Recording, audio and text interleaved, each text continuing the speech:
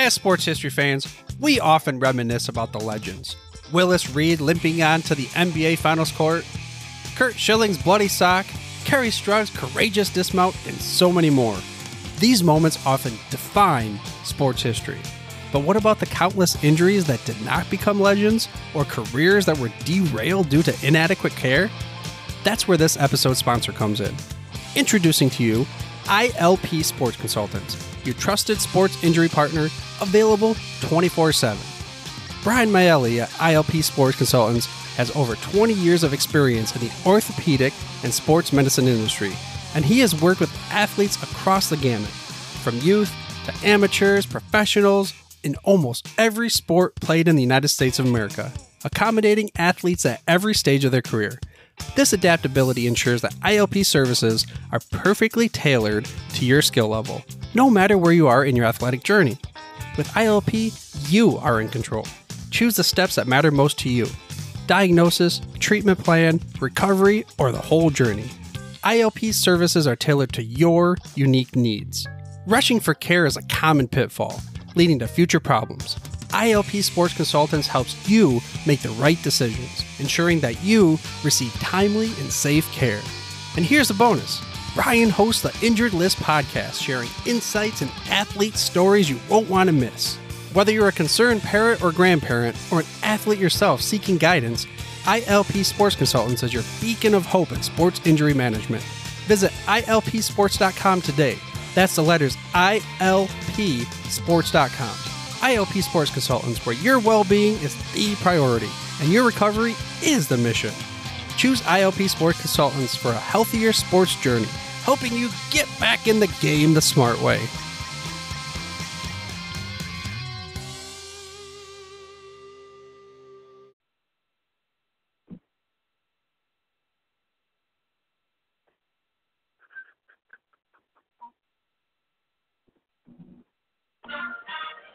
Blog Talk Radio.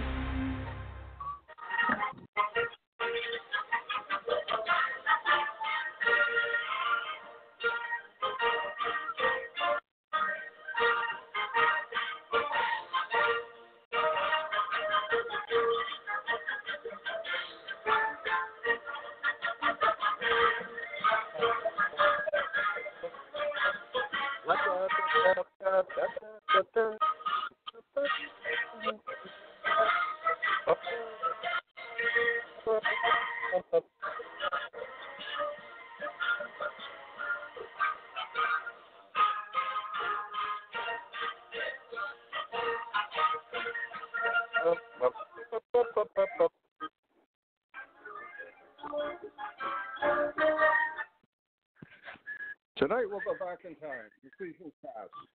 When 22 men, the rugged fields of yesterday, fighting for one more first down, one more yard gain, one final score which brings victory after 60 minutes of battle on the gridiron.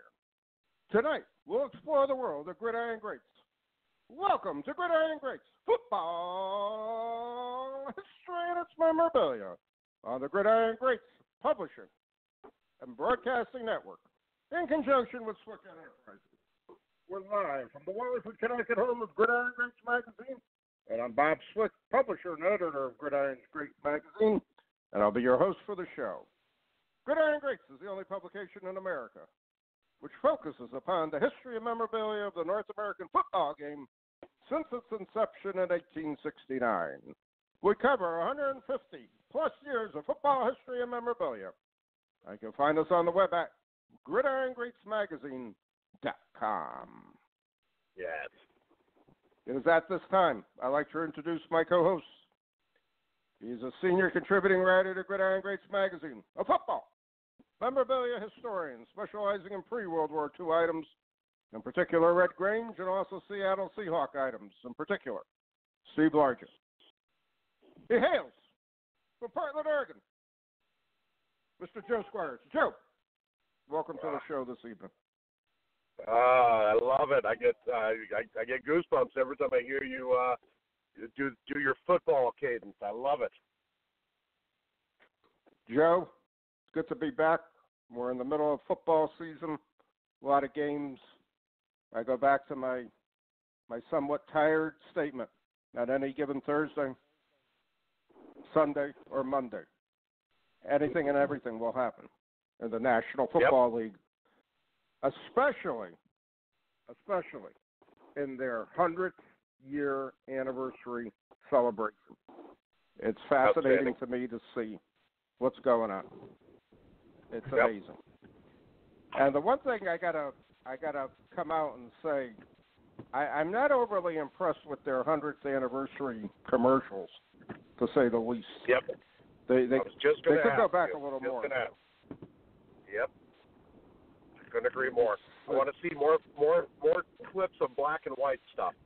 I want to see more Don Hudson running down the field, Sammy Baugh slinging a ball. I want to see more.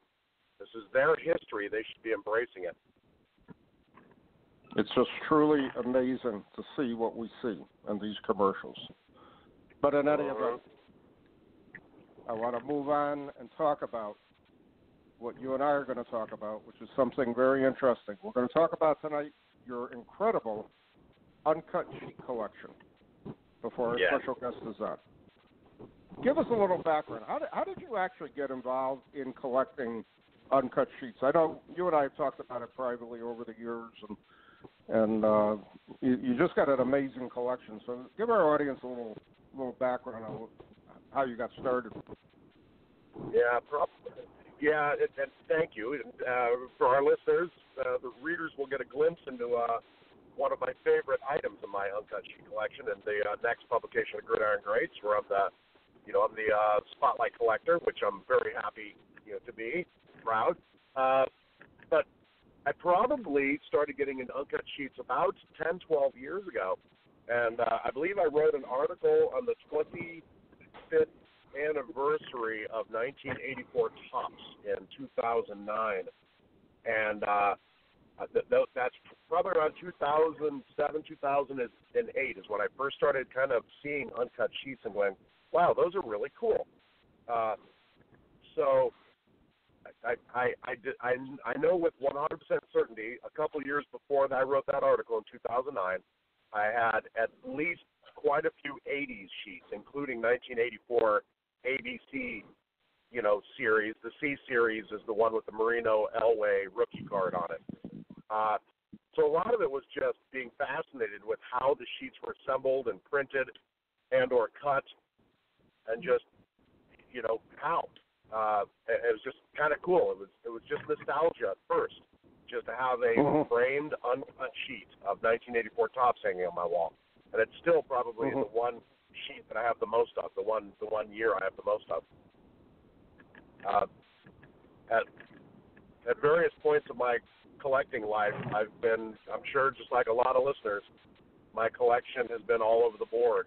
I remember having quite a bit of unopened wax,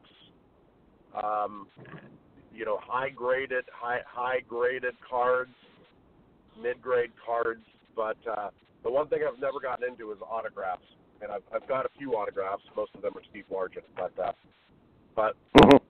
at some point, probably 8-9 years ago, we started having guests who started talking about unopened wax, and guesstimates, that 50% of unopened wax was fake, and it kind of ruined my appetite for unopened wax. Seeing as many trimmed 48 leaf cards coming through the system that were slipping by the graders, kind of turned me away from high-end cards a while ago. So at some point, I really doubled down on sheets. If you think about it, you can fake an autograph, you can trim a card, you can reseal wax, but you can't fake an uncut sheet. It's the one thing. Very true. I mean, provenance of jerseys. I mean, were those Johnny Unitas' cleats, or were they, the wide receivers? I mean, at some point, provenance. You're taking a lot of, you're putting a lot of faith in the, provenance of a card, or of memorabilia. Jerseys, autographs, all of that stuff. And at some point, uncut sheet is the only thing that can't be altered, faked, etc.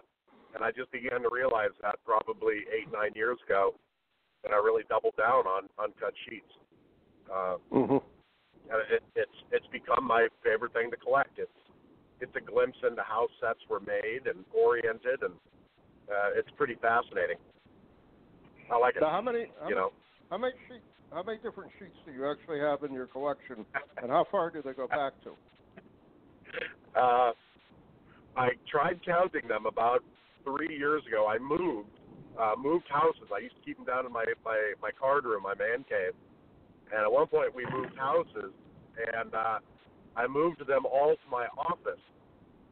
At about the same time we moved offices. So at some point I was like, I got to organize and catalog these. And I started unrolling them, taking pictures of them, and keeping track. And then I made it about halfway through and got distracted and had to stop. I would guess I have 250 uncut sheets, would be my guess. Wow. The oldest uncut sheet I have appears in Gridiron Greats coming up, and it's my 1948 leaf set. It's the first series of the 48 leaf. So it's cards 1 through 48. Cards 1 through 48, and it's at least 2 sheets because there's 4 cards that overlap. And just that was pretty cool to pick up. Somebody listed it on eBay, and I had 2 or 3 friends reach out to me within half an hour of it getting listed on eBay, telling me about it. And I was able to reach out to the seller and get him to end the auction and send it to me. Wow. So, unbelievable. I was able to pick up a couple of the 1950 Bowman, including the first series uncut sheets in BFT last year. 50 Bowman. I've got a 48 Bowman. One of my favorites is 52 small. I also have. I wrote an article about 57 Topps football for Gridiron Greats probably 3 years ago, and I have a partial uncut sheet of 57 Topps with Bart Starr and Zeke Bratkowski card. So it gives you a lot of insight into sets. I mean, for years in the 57 Topps, the Zeke Bratkowski card was one of the rarest. And when you see the sheet and you see its top left position, you understand why it's the rarest, because it's miscut because it's a corner card. Yeah, I mean, I can damage corner cards. Yeah, cutting back in the 1950s was an imprecise science with basically a guillotine type of paper cutter, with the gentleman probably hauling a lift of sheets every day and cutting the cards up. So it's amazing that the cards ended up as straight as they did in a lot of cases, and inevitably that's why we see a lot of offcuts and miscuts into the 1970s. Today everything is pretty much laser cut, and the cutting machines are much more advanced than they ever were. Way back when you were a kid collecting cards, a young mustachioed Bob Swick, did you worry about centering, or did you just want the cards? No, I had no conceptualization of any type of grading. I basically read my cards over and over again. I played with them. I always tell the story. I used to put them on top of the TV set when the two teams were playing, and I actually put rubber bands around them. All the stuff you did back then. I didn't imagine 55 years later I'm going to say, wow, I'm looking at my retirement here, so let me just leave them in the packs and put them away. No, not at all. So, I've never been overly concerned condition-wise of my collection. But for me, just, and again, we talked about this in the past, the breadth of your collection and uncut sheets is just utterly amazing. It really is. I really don't know many collectors, especially on the football end of it, who have uncut sheets as many as you have, and in the as far back as they go at the same time. So it's very interesting to look at and to see. Do you have a favorite sheet besides the 48 sheet and the 57? 48 and 57 are probably in that order my favorites. If I had to pick a third, it would be the first series 50 Bowman, because it's got the Doak Walker, the Doak Walker card in the upper left-hand corner. Card number 1 of 1950 Bowman. And a lot of people consider that card number 1 of the Doak Walker to be his rookie card. His 48 Leaf lists him as, still in college. I think he went to SMU. So 50 Bowman is, him as a professional. So card number 1 in 1950 Bowman is probably that set is probably my favorite, and it was a very expensive set or sheet style, but it's the first time I've seen one. That's amazing, truly amazing. And again, correct me if I'm wrong. You have a 65 sheet, right? Or you don't have it? I do, yeah. Tops. I do. I bought it yeah. PSP 3 years ago, I believe. I it's remember. Pretty frayed. It's it's got some love on it, but it's got the Joe Namath rookie card on it. It's pretty cool. The white whale that I've got, what I remember is 10 years ago when I got this 48 Leaf sheet, I started a thread on a football chat room talking about does anyone know what a sheet looked like? Because I had a lot of miscut cards, that showed like the adjacent cards. So I started to piece it together, and I had probably, I knew where about 11 or 12 cards were. And then at some point, a bunch of people stepped in, including our guest today, Scott Albaugh, stepped in and said, "Here's what I think the sheet looks like." Mike Thomas put it together, and suddenly we had a visual of what the sheet looked like. And about a week later, that 48 Leaf sheet appeared on eBay. So I'm not shy about telling people I would love a 35 Chickle uncut sheet. It's my white whale. So I figure the more I talk about it, the more I'll have deja vu, and hopefully one will appear. And I always keep my eyes open at any show I go to, looking for any type of sheets you might be interested in. The most I've ever seen, and I've bought and sold several sets of them over the years, were the 10 card and 8 card and 4 card strips of the 1960 Flair football set, which for whatever reason, there seems to be a lot of them here in Connecticut, because that's where I bought them all. And I bought and sold them over the years. And it's just interesting. So I don't know why they got so many. Why we got so many here in Connecticut. The only theory I had was New Haven Paperboard did a lot of cutting for Taps back in the 1960s. So there's a lot of uncut Taps baseball or miscut Taps baseball cards in the general New Haven Hartford area for whatever reason. And I find out years later they came out of New Haven Paperboard. My brother-in-law, who owns Phoenix Press, told me a few stories about how they would get an overflow of top sheets there, and they would help cut them up and then ship them back to Pennsylvania for distribution. So that was quite a while ago. But it's an interesting. You're right in what you say. To me, it's unique. It's difficult to counterfeit those. It's difficult to trim them. Yada yada yada. All that. So. You really got a nice collectible, and then you see the history of the printing of the cards, so on and so forth. What's the newest sheet you actually own though in your collection? What was that question again, Bob? I'm sorry. What's the newest the newest sheet that you actually own? 1988 Tops. I think I've got 3 of the 3 series. I tend to end most of my collecting around 1988 when Steve Largent retired. Yeah. Okay. And because I've seen. Yeah, and I would say I have the most 1984 Tops. It's just because it's very star-studded, and when I see it and it comes available for a certain price, I'll buy it. No, I can see that. And I saw it in the early 90s, too. There was a lot of uncut sheets that went out in the market because of the just sheer volume of cards being printed at that time. Yep. So I used to see a lot of them at shows. But at the same time, your collection is just amazes me. And seeing that 48 sheet finally as a photo or a JPEG for the article. Really incredible piece. Truly incredible piece. So, And Joe, what's interesting is,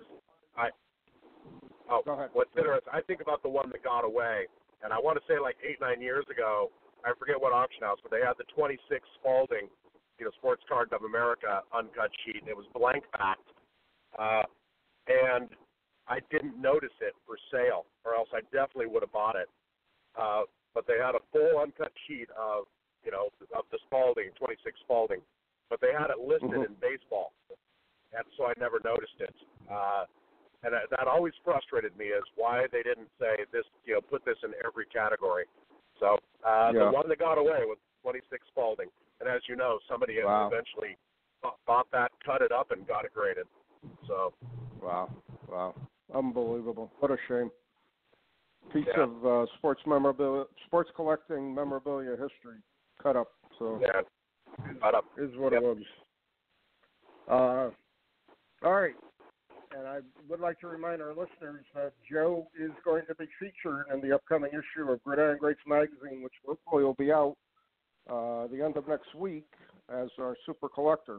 So if you're interested, check the website. We'll have the ordering information on it, and it should be a very good issue, interesting issue, and an incredible cover on that new issue coming out at the same time.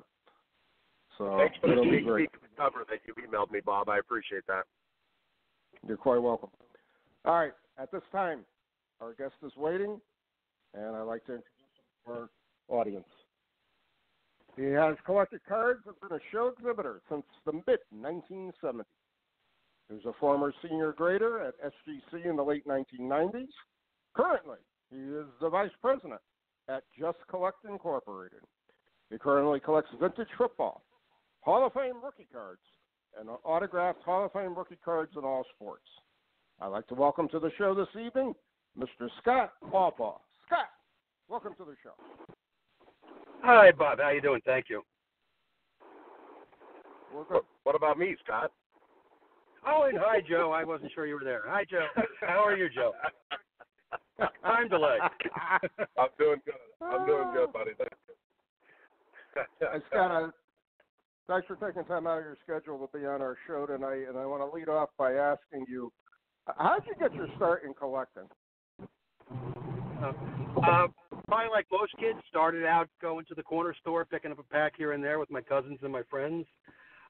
Unlike most others, I had a very good friend of mine who was a few years older. His father was a printer, and he was a bit retentive about how he collected and imparted those things on me. So while everybody else was flipping their cards, I was checking centering, registration, and building things to put my cards in, as well as instead of buying a box for $1.20, I would save up $2.40 and buy two boxes, one to open, one to put away on the shelf. So, no kidding. It was a fun start. Like what? Wow. Okay, I'm sorry to go off script there a little bit, but no kidding. You had the foresight to buy a box of unopened wax and put it on the shelf, even as a kid? I didn't have the foresight. My friend did. And okay. So no, okay. I took his lead. I followed his lead. That's how I got taught to collect. Okay. So oh my God. 68, 69, 70, I'd have 6 or 7 boxes of each series, or box of each series, so 6 or 7 boxes every year. Incredible. How have you never shared that with me? That's really cool. Because when I went away to college, my mother cleaned out my walk-in closet. Oh no! I'm clenching my fist and I'm clenching my fist and gritting my teeth, Scott. You're kidding me. Your mom cleaned out your unopened wax and sold it at a garage sale, chucked it. You want to hear the worst part about it? My neighbor gave me his collection when he went to college. So I had unopened boxes from 1962 on. Oh, no.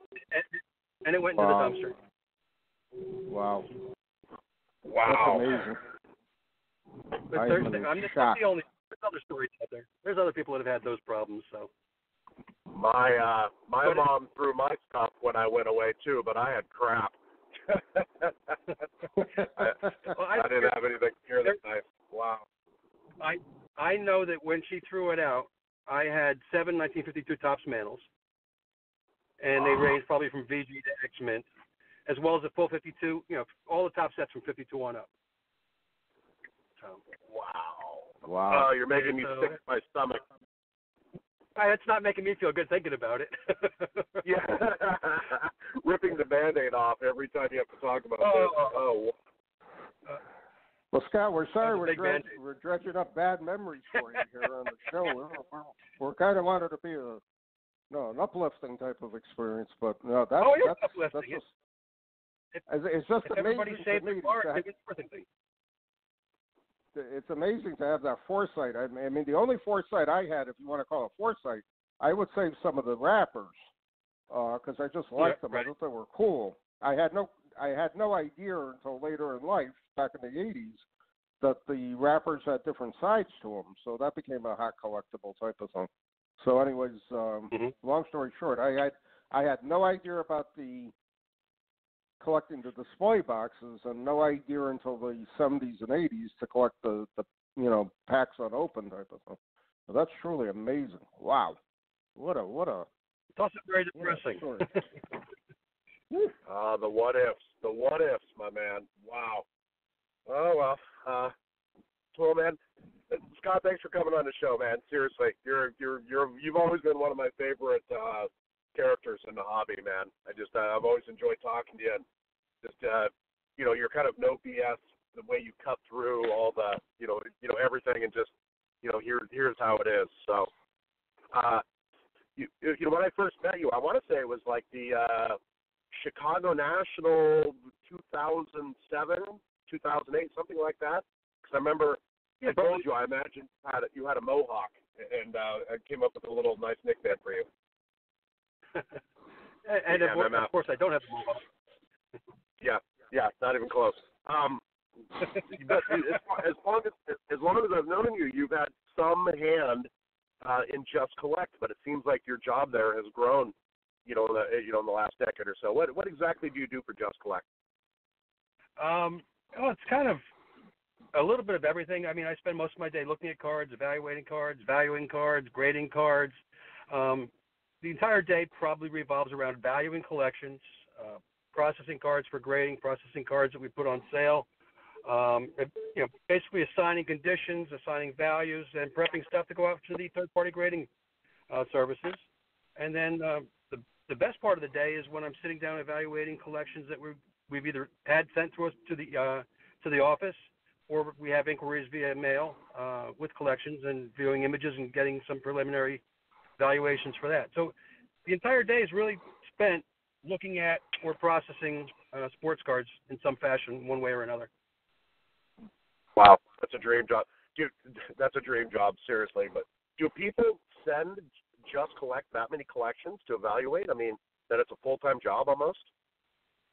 Well, it is a full-time job, and as well as the additional part of the staff that helps process it once it's gone through my hands. The amount of inquiries we get daily. I'm probably looking through a preliminary end of it, at least via email, 3, 4, up to as many as 10 collections on a daily basis that we'll actually process or do some preliminary work on. And we probably have, I would say 3 to 10 come into the office that we actually have an interest in buying. A lot of it, unfortunately, it's people contact us and they have stuff from this late 70s, early 80s, all the bulk product. And that gets weaned out. But you'll have people contact us, maybe they've got stuff from the late 70s and early 80s, but it's football. So now we've got, somebody that's got 6 Montana rookies in their collection and 3 Walter Payton rookies. So, they don't think it's worth anything, and all of a sudden it is. What's it take for you to get on a plane to go look at a collection? I guess I've never asked you that, but I mean, you've told me a few stories about some just misses where, you couldn't get there fast enough, or somebody beat you to it, et cetera. What's it take for you to be like, I'm heading to the airport now, don't call anyone else, I'll see you in a couple hours? Really, we haven't had too many of those situations because the competition out there, while it's fierce, a lot of people overpromise and underdeliver. and I would rather be on the opposite end of that, of under promise and over deliver.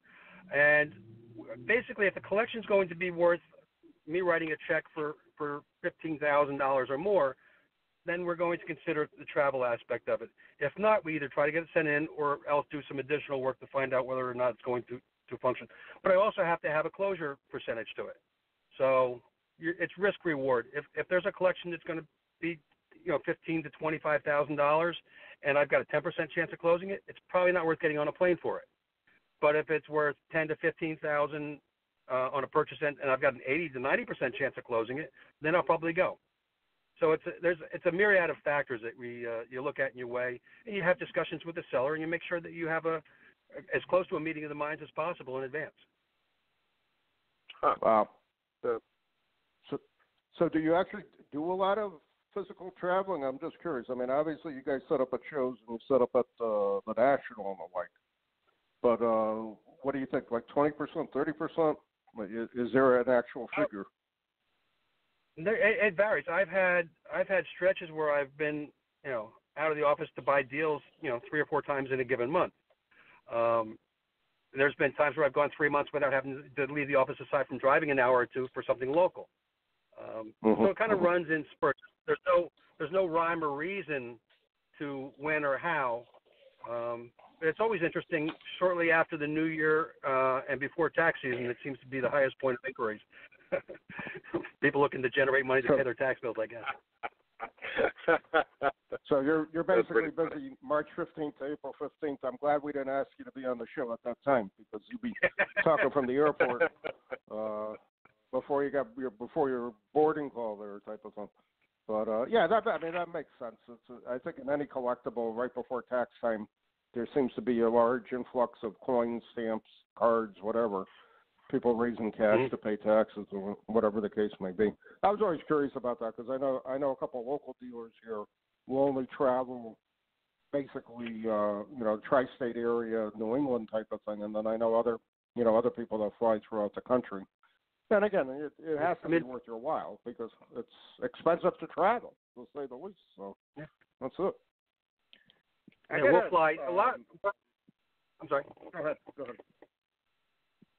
No, the great thing is the fact of being in New Jersey, I'm 4 hours away from most of the major cities on the East Coast. So, I mean, I can be in Boston in almost 4 hours. I can be in D.C., Baltimore. I can be in Cleveland in 7 hours if I have to drive. So I can drive with a U-Haul within 7 hours and hit pretty much everything east and north and south of Cleveland and New Jersey and Boston and Washington. So it does give me a great advantage of not having to fly versus somebody that might be in, Oregon or something. I don't know if I'd brag about that, Scott, that you can be in Cleveland in 7 hours. Hey, Cleveland's it beats well, no, I'm not gonna take many. Houston. You can pick on Houston. Scott, I'm curious, in your opinion, what has changed as far as grading is concerned since you left professional grading when you were working at SGC? It amounts to be almost 20 years ago now. Yeah, thanks for reminding me of the time. I'm a few years up myself, so we both remember Nickelback, so I'll bring you some tennis balls for your walker. I think the greatest changes is really the amount of awareness and accessibility that the general public has to grading that they didn't have, the late 90s when it was kind of just getting started. You either had to be a member of PSA. Beckett wasn't even grading yet. They were still putting out a magazine. So you had to find either a local dealer that was a member of the PSA network or you started submitting through SGC. And a lot of people didn't know what grading was, didn't know how to interpret it. And then since then, I think the biggest thing that I've seen is the change in the value of the premiums on high-grade cards, where the premiums used to be very tight for a near mint, a near mint mint to a mint to a gem mint. Now they're just the exponential differentials between an 8 or a 9 or a 10, I think is just an astounding difference from where it was 15 to 20 years ago. But what percentage of people come to you with their collection are still unaware that grading exists? I think the amount of people unaware is very small. I think the percentage of people that don't understand it is very large. Okay. Most people seem to think that their cards, because their cards are 50, 60, 70 years old, and they're in VG to X condition, are actually near mint to mint or better because they're 50 to 60 years old. And so it takes some education. We have some great resources on our website that we utilize for customers that have inquiries to kind of help them grade their cards or get an idea of what their condition of the cards would be. And once you explain somebody the condition of their card and that their VG Jimmy Brown is not the same as the PSA 9 Jimmy Brown that's going to sell for $250,000, they suddenly step back. And that's the hardest thing is somebody having an expectation that their collection is worth X, and they find out that it's a fraction of that.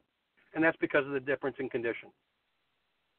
So you're known as the dream killer around the office then, when people come to you with their VG Jimmy Brown, you enlighten them. Actually, it's not as difficult, and I don't mean it as a dream killer per se, but when you explain it to them, I would rather be spending more money. I would rather be buying high-grade cards. I would rather be buying cards that have higher value. Working on the same margins just means it's more money for our bottom line. Correct. Good point.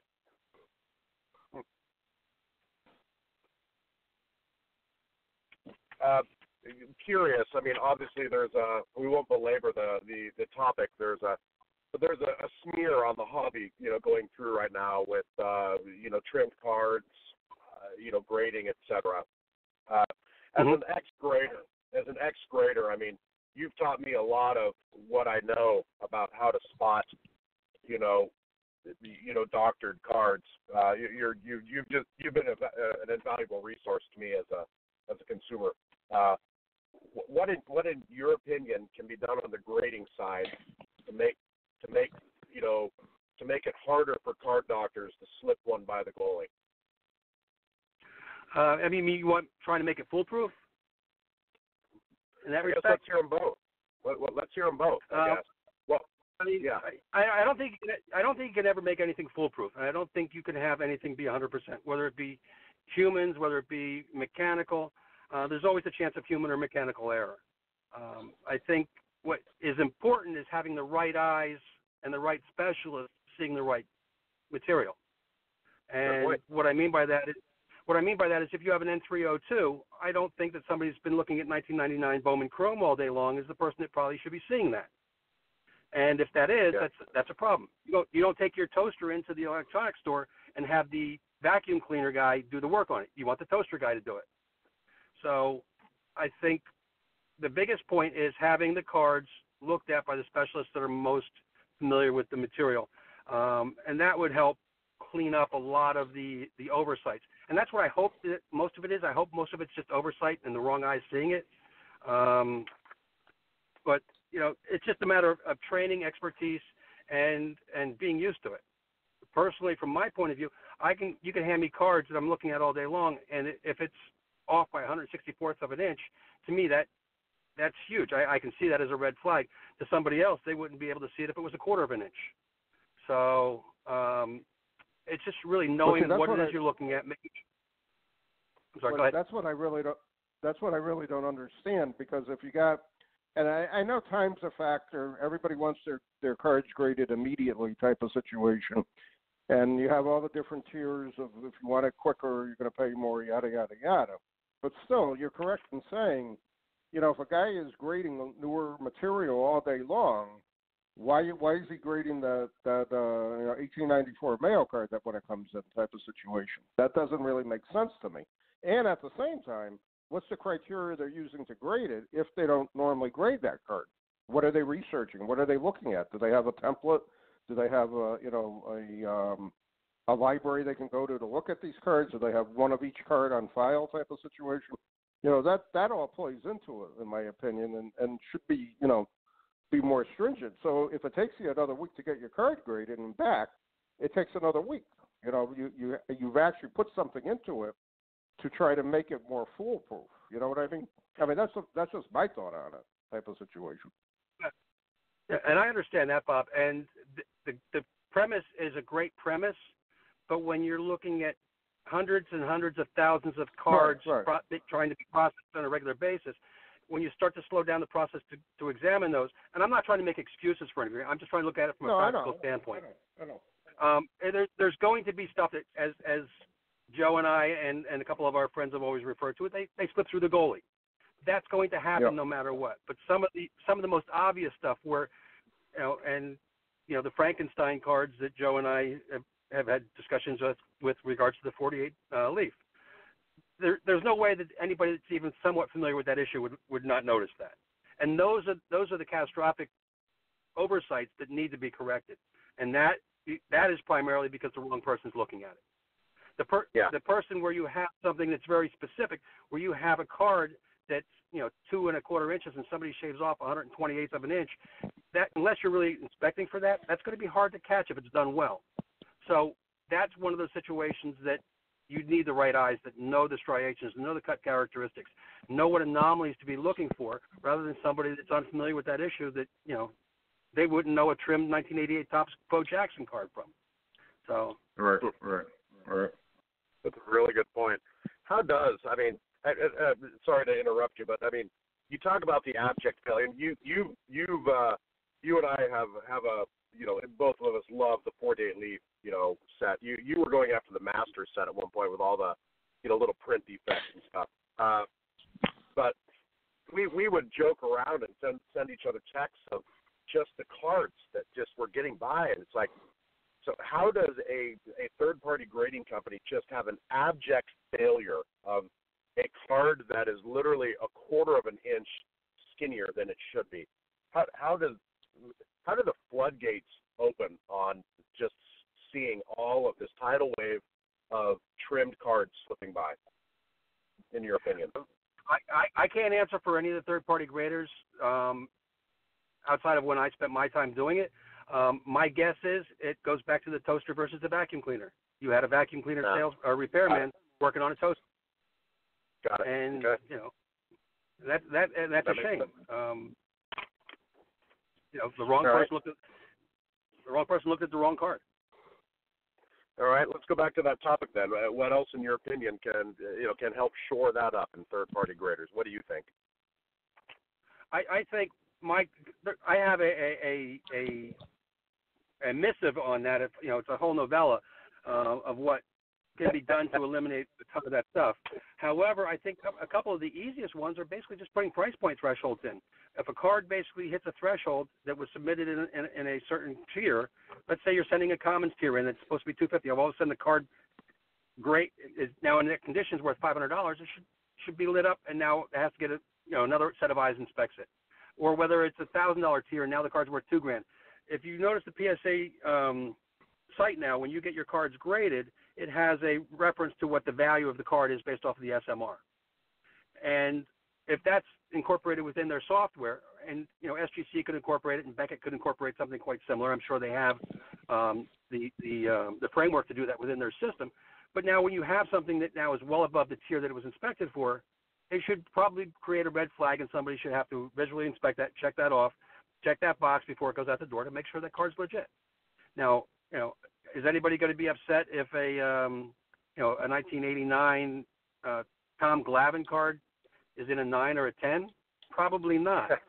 But if that card is in a glossy set now, instead of being worth $30 in a PSA 10, it's worth $3,000. Then maybe that red flag should be raised.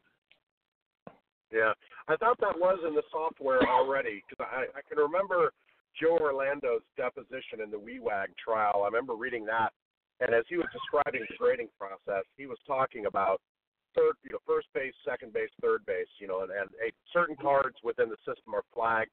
Only one person has to look at that. Certain cards have to have two graders look at it. If they agree on the grade, it passes through. If they disagree, it goes to third base or a third set of eyes. Certain cards, really nice, your Unitas rookies, your Jim Browns, your Steve Largent, those have to all be looked at by Reza, I would like to hope that that's happening. And, there's without getting into too much detail, there's been a lot of stuff that's been missed, and it's just frustrating as a collector. and it's frustrating as a seller too, because I have to reinspect cards now when stuff sent to us. I don't want to buy Franken cards. I don't want to buy cards with this. No, I've got to research stuff and match it up against any list that may exist. So it's extra work in that that end too. So it's a really good shame. point. And Scott, what do you think go ahead. Go, Bob. It's your show, buddy. Scott, all right. Now that I lost my train of thought. Oh, Scott, let's move over from the grading aspect. Unopened wax. What's the market like for it? Obviously, it's got to be pretty hot in 2019. And where do you think it's going to be heading in the future? It's been progressing quite dramatically over the last few years. Joe remembers we just collect. We used to have a pack opening thing. We would do it at the National. I'd do some on video. We'd opened up a 55 Bowman at the National. I opened up 62 tops. We pulled Ditkas. I've opened up 58 Cellos and pulled Jimmy Browns. I opened up 63 tops and pulled Mickey Mantle. Mm-hmm. The market itself has gone insane in the last few years with several different companies breaking. The owner of Just Collect is started up another company called VintageBreaks.com, and they're breaking vintage wax. I see the market just continuing to increase. I hear the same lines from everybody else. It's going to dry up. It's going to dry up. Joe, you're younger than I am. Bob, you're a little bit older than I am, but you probably have both heard for years, oil's going to dry up too. I don't think it's drying up in my lifetime, though. No. It's becoming scarcer, but it's out there. It's just the prices continue to go up. The prices continue to go up. And then it's a matter of making sure that the material is legit. That's the hardest thing to make sure of. It's not resealed and it's not falsely packaged. I would say the price of unopened wax has almost doubled in the last 6 years. Would be my guess. And man, I used to love seeing Leighton do those wax rips. It just he had a constant smile on his face as he was doing the reveal. It was pretty cool to watch. The best one's a 55 Bowman at the National. Without a doubt. I was thinking the exact same thing. Yeah, that was fun. But, well, good point, Joe. 88 Tops Wax Football. I mean, I remember going to shows being given away for $5 a box. Now, it's commanding, 25, 30, 35 a box. I see guys unopened box. Oh, yeah. I see, because the Bo Jackson rookie, and you could still make a set out of a few boxes type of situation. And I still see guys at shows selling, unopened wax packs in 1988 for anywhere from $1 to $2 a pack, and people are buying them. Kids are buying them. So it's an interesting. It's interesting to see, and I agree with you, Scott. It's never going to dry up. It will never dry up. There will always. Next year, we could be talking about the greatest find of wax ever type of situation, and there's wax there. It will always be there, and no matter. To me, the real old stuff is drying up completely. Now we're going to look at mid-70s and mid-80s starting to get more scarce and higher in price at the same time. So it's an interesting market to watch. Just think about the guy who bought all Scott's old unopened wax at his mom's garage sale. If she had a garage sale, she owes me.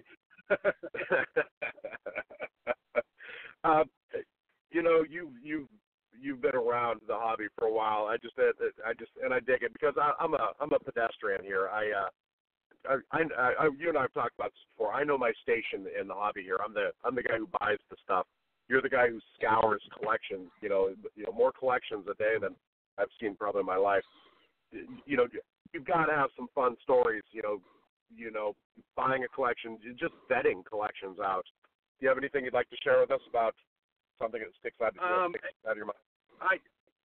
I've got a few. I mean, obviously the pain of my story as a collector and losing my collection, but collection I bought from a guy in Jersey. This has got to be about 7 or 8 years ago. It was primarily baseball. He had some football, so I'll keep it on topic. But thank you. His pre-war stuff was primarily type collector. So he'd have one. He tried to get a Hall of Famer from every set. And some of the stuff was rather trounced. But he had a 1915 Cracker Jack Joe Jackson. Wow! And it was like a 1 and a 1.5. And it was so beat up I couldn't tell him that it was legit. I said, I can't value it unless I know it's legit. He was ready to tear it in half and throw it away. And I had to jump in, stop, and I said, here's what I'll do. On my way home, we ended up buying the collection. I said, on my way home, I'll stop at SGC and get this authenticated. If it's authentic, we'll put it up for auction. We'll split the sale. And it ended up being authentic. It graded a 20, and it sold for a little over $6,000. He was ready to rip it up because he thought it wasn't any good. Oh wow! Oh my Lord! Unbelievable. And there's a lot of people like that. They just, they don't want a bad card in their collection, so they'll just tear it up. Well, interesting. That goes along with the concept of scarcity. We got two cards, the only two cards in existence. Let's burn one or let's rip up the other one, and now we only have one. Sometimes that mentality becomes prevalent. No, that's not the move, crazy, Bob. but... The move is to sell one privately, and then sell one publicly. What was that joke you played on me at the National where I think you made a Xerox copy of my Grange Spalding card and then pretended to dip it in a drink or pour water on it? No, I was actually passing it over to you over top of a candle and caught it on fire. Oh, that's right. Scott, do you have any advice for beginning collectors in our hobby today? Actually, yeah, it's really simple. Collect what you like. Find something. Be specific. Don't be all over the board. Yep. And whatever your budget is, buy the best card or best portion of that, whatever it is you're looking. Buy the best that your money can purchase you on your budget. I've learned over these years that quality trumps everything. So if you have quality, you don't need quantity. Yeah. You just want quality. Yeah. And if you can get two or three pieces that suit your fancy, buy the best two or three pieces you can afford with your budget, and then take care of them. And you'll find that in the long run, that's going to serve you so much better than just buying a little bit of everything and not worrying about condition. That is the best advice you can give collectors, Scott. I could not agree with you more on that. Thank you for saying that. I was really lucky. Probably in 2005, I started collecting the Hall of Fame rookie card set. And I was putting together a nice quality collection, and I started making good friends. On the Hall of Fame rookie card set. And at one point, I bought a Steve Van Buren PSA 2 card. And one of the guys on the board called me. He's like, "What are you doing? Why'd you buy that?" And I'm like, "Oh, I just wanted a placeholder." And he's like, "Stop splashing around." He's like, "Just, figure out what quality you want and wait for it." He goes, "Have a hole in your collection until you get it." He goes, it was literally the best advice I got, And he's like, "Now you got to sell that thing when another one comes up, and it's a piece of crap card. No one's going to buy it."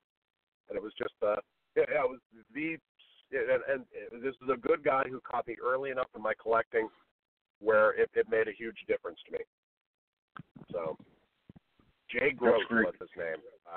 Yeah. Well, Scott, we're almost out of time.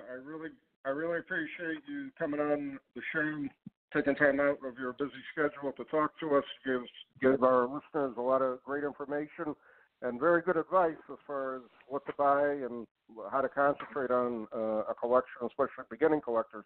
And I'm going to point out, as much as I ask that question to every guest we have, I still see in the hobby a lot of people at a show. I get emails all the time, and people ask me all the time, "How do you collect? What do you do? How do you start this whole process?" And I have my standard responses to them. Collect what you like. What do you like? Tell me what you like. You like a team, a player? You like a sport? What is it? And just take it from there. And it's good advice. And again, when it comes to actual quality over quantity, I think that's what we've seen our hobby evolve over the past 20 years, from the 80s and the early 90s, where you couldn't have enough 1988 Topps football wax type of situation, to today, people only have 2 or 3 cards from the newer sets, so on and so forth. So it's really changed a lot, to say the least. So, but it's good advice. Yeah. Good advice. So, Scott, thank you for being on the show. That's Scott Alpa from Just Collect Incorporated. What's your website, Scott? www.justcollect.com. And thank you, Bob. Thank you, Joe, for having me. It was my pleasure. And great show. And your contact information is on that website too, Scott, correct? Yes, it is. You can find Leighton or myself there. Great. I look forward to wrestling you in the lobby in Atlantic City, Scotty. I put on some weight, Joe. I'm ready for you. Scott Alpa, Just Collect Incorporated. Thanks for being on. All right, Joe, we're going to go into our defensive formation, 2-minute warning coming up. I'm going to hand off to you. What did you learn on tonight's show? Okay. Scott, I dig that guy. He's Scott's that guy who will who will tell you like it is. And some people are taken aback by that. I've always found it refreshing, which is why Scott and I have always gotten along. I dig that guy. Yeah, he's fun. Yeah. You gotta be honest with your customers, and you gotta tell it like it is. And for a lot of people, it's a rude awakening that they're told that what they feel they're walking on water. They're going to retire off of this collection, and it turns out the cards are in GVG or whatever. They're beaters, whatever the case may be. And it's tough, and you got to handle these people eloquently and professionally to say to them, okay. It has some value, but it's not the value what you were thinking of, so on and so forth. It's tough. It's tough because a lot of people have preconceived notions, especially in any type of collectible. What they have is better than anybody else's, and therefore it's worth much more money than anything, any other collectibles in the market or similar cards or whatever the case might be. And I always go back to, I hate to say it, I still get once in a while people will contact me and they say, this was my uncle's 1990 score football set in the original red box. How much is it worth? And they get mad at me sometimes when I tell them that it has very little value. So, why don't you just keep it and or donate it type of thing. And I get some people understand completely, other people get really mad because they figure they got a $500 set there that's worth 50 cents, So it's a tough situation. It's tough dealing with the public, as we all know. So it's totally. I think always walking a fine line on. I had a good friend here in Portland who reached out to me once. He's like, "Hey, I've got some football cards, from when I was a kid. I'd like to meet you and see what they're great, what they're worth." I'm like, "Well, send me a couple pictures." He sends me like 5 pictures, and I'm like, and it's all modern stuff. I'm like, those are all useless. Put them in a shoebox. And he's like, "Well, I think they're worth something." And I'm like, nope, not really. And he's like, "Well, how about I buy you a beer and you take a look at it?" I'm like, "Okay, you got it." I mean, he's a good guy. He's a good friend. And I'm like, so we meet. Yeah. Order a nice Manhattan, and I'm looking at his stuff, and I'm like, this card might be worth $3 if it's at a PSA 10. And and I brought my laptop, and I'm showing him, looking cards up on eBay. I'm like, yep, this is $3 if it's great. It's not. And we went through about 10 of them, and 2 drinks, and I'm like, you spent more on my 2 drinks than this entire set's worth. But hey, I really appreciate the drinks, Yeah. And I had fun with it. It was fun, just hanging out with a friend. But that must be one of the hardest things to do is to, hey, here's my Jim Brown. I just saw one sold for $250,000, and it's like, yeah, yours is missing a quarter. It's only worth $400. Yeah. It's got to be. Yeah. Especially if it's a 1992 All World Jim Brown that they got, and they're thinking it's a rookie card or whatever. It's sad in a way, and I never made fun of anybody over the years, and I really tested my patience a lot of time trying to tell people what you have isn't overly valuable. Just put it away, yada yada. That situation, and it's just not an easy situation to be in, but it's part of business. It's part of the hobby at the same time. All right, we're down to 2 minutes, and we're gonna be wrapping everything up. Again, next issue of Gridiron Greats, which will be out the end of next week, is going to feature, as our super collector, Mr. Joe Squires and his collection. Nice article. and nice pictures of her collection. I'm looking forward to it being published. And again, if you want any information on buying back issues or subscribing to Gridiron Greats magazine, check out our website at gridirongreatsmagazine.com. Joe, we're going to be back next week, hopefully, for another show. I'm working on a few guests. You're working on a few guests. So we're going to have the peak of the football season. We're going to have quite a few shows through the end of or the beginning of December, and then we'll be back and wrapping up the season at the end of December. But in any event, this has been very educational tonight. And I really felt bad for Scott about that his early collection. I probably would have had the big one if my mom did that. And she was always respectful of my stuff. My father was a pack rat, so he liked collecting things. She understood my dilemma when it came to sports stuff and football, and especially publications. And I remember moving into my first house when I got married the first time, and moving all my publications. It was scary, to say the least, but it had to be done. All right, we're down to a minute. Joe, any other thoughts before we close up? I love it. I'm humbled to be the collector in the next upcoming, article or publication. I appreciate you reaching out, Bob. Thank you very much. You're welcome. All right, that's it. Thanks for listening. We'll be back next week. The podcast. Take care.